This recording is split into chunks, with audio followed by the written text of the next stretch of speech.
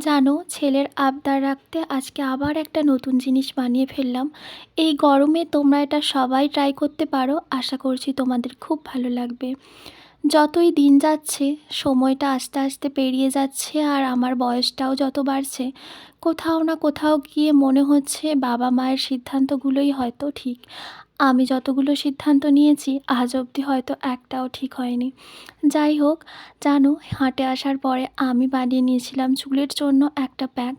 তোমাদের আগের ভিডিওতে বলেইছিলাম যে আমার প্রচণ্ড চুল উঠছে, কী করব বুঝতে পারছি না, তাই নিজেই হোম রেমেডিগুলো তৈরি করছি। এতে ছিল জবা পাতা, কাঁচা পেঁয়াজ আর টক দই। তারপর পুজো সেরে নিয়েছিলাম। আজকে যেহেতু ছিল মঙ্গলবার, জ্যৈষ্ঠ মাসের প্রথম, তো উপোস ছিল, মানে শুকনো খাবার খেতে পারি, তাই জন্য সকালে খেয়েছিলাম তরমুজ আর লিচু।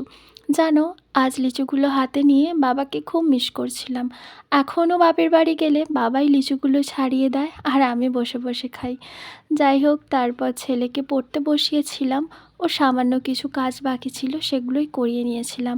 তারপর ওর আবদার হলো লস্যি খাবে, সেটাও আবার ম্যাঙ্গো লস্যি। তাই আমি বানিয়ে দিয়েছিলাম ওর জন্য ম্যাঙ্গো লস্যি। টক দই আর সামান্য পরিমাণ মিষ্টি দই দিয়ে বানিয়ে নিয়েছিলাম এটা।